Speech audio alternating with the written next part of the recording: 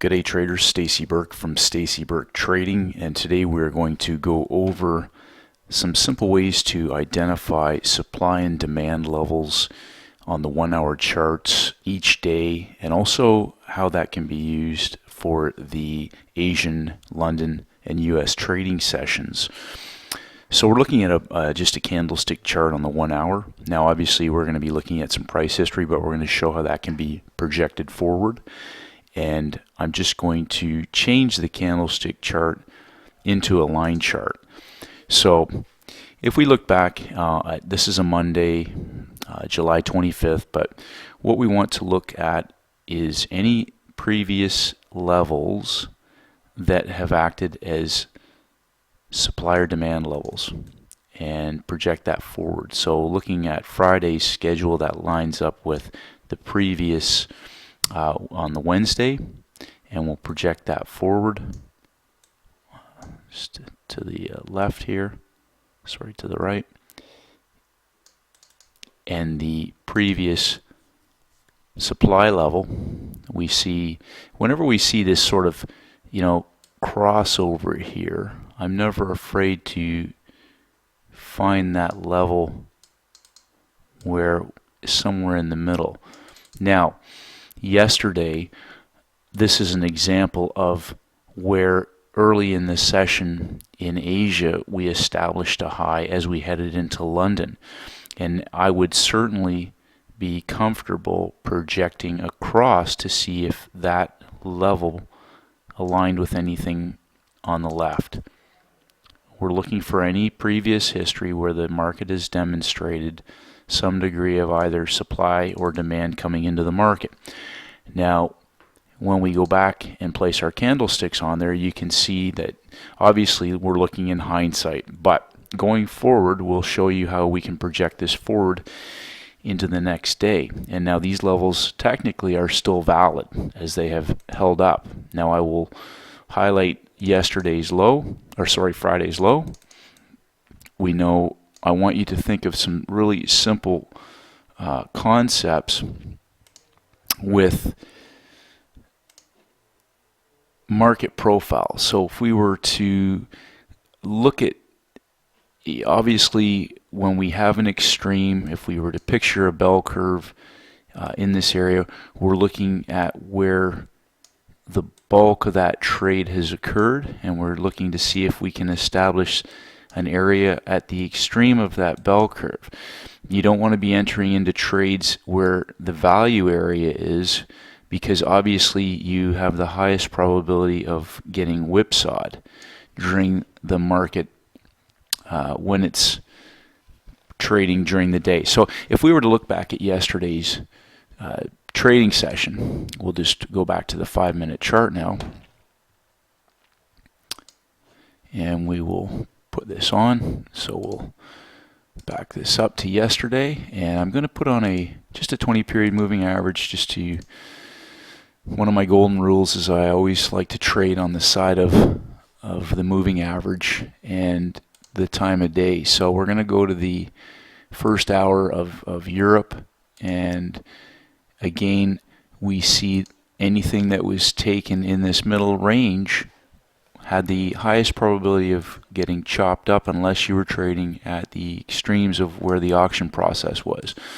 So we saw the market auction up to an area that we had considered to be a potential supply zone. It broke through, it retested, it would have trapped bulls into this area that were trying to follow through on some kind of potential resume of the trend. But when we saw the bears come in heavily, when the market swung back in, we now can look at a potential range of which was tradable at least to this previous low area at the beginning of Europe where buyers came into the market, but also potentially down to this level. So you're looking at 3110, 3145 area. You're looking at at least a 40 pip range. Aggressive traders obviously could have trailed that down. And again, just using the moving average to spot potential change in trend, and again, critical time of day. So first couple hours of Europe and London opening up, we see the market draw buyers into the supply area. You need to remember we see 3 thrust attempt to get long. The market was unable to go higher. It came back inside of that range, retested, no follow through.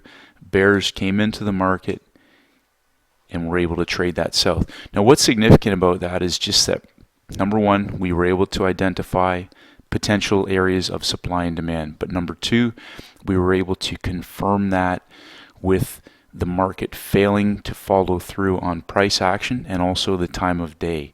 So again, we're looking for between 2 a.m., 5 a.m. New York to establish potentially a high or a low for the session. And again, when we say session, we're talking about that London session.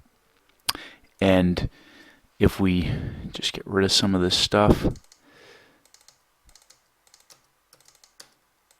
what's important about that is that we can see at the 12 o'clock candle, it was an inside bar.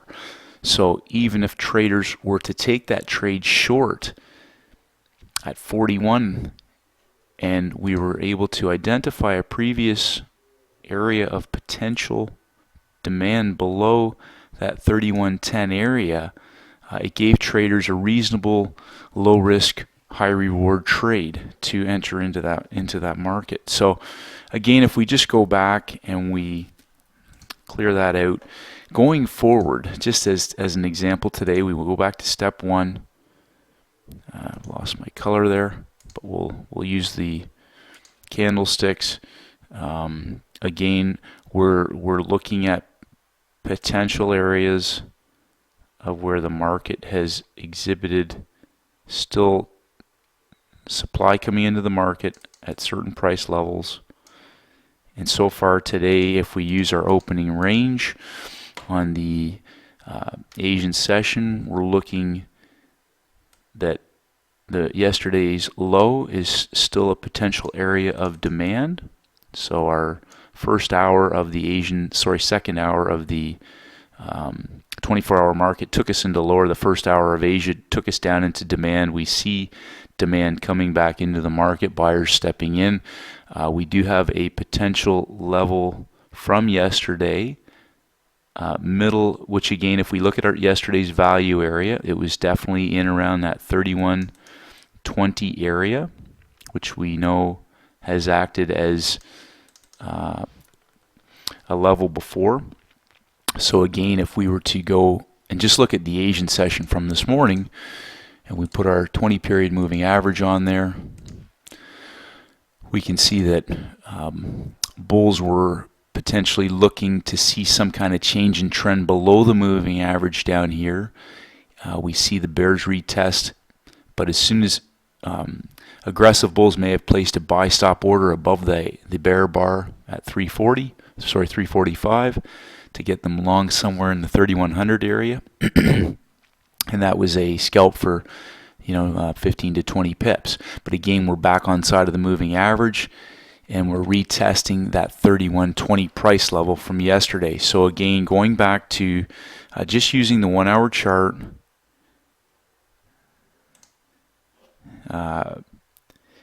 using our levels from the previous day's highs and lows, as well as any areas of supply and demand that have held up from the left, and then going to our 5-minute chart to identify at certain times of the day, London open, Asia open, London close, Asia close, New York open, London close, for where that trend may be changing. It's weakened, it's reversing. Those are the highest probability times, and oftentimes using a line chart is a great way to identify potential areas. We'll just double check this, why we're not seeing that here. We'll put red on there to see where supply and demand levels are. So again, we'll just use that line chart to project across. So we see that, again, that 3120 area could potentially act as a supply area today. But again, just going back, do your own homework.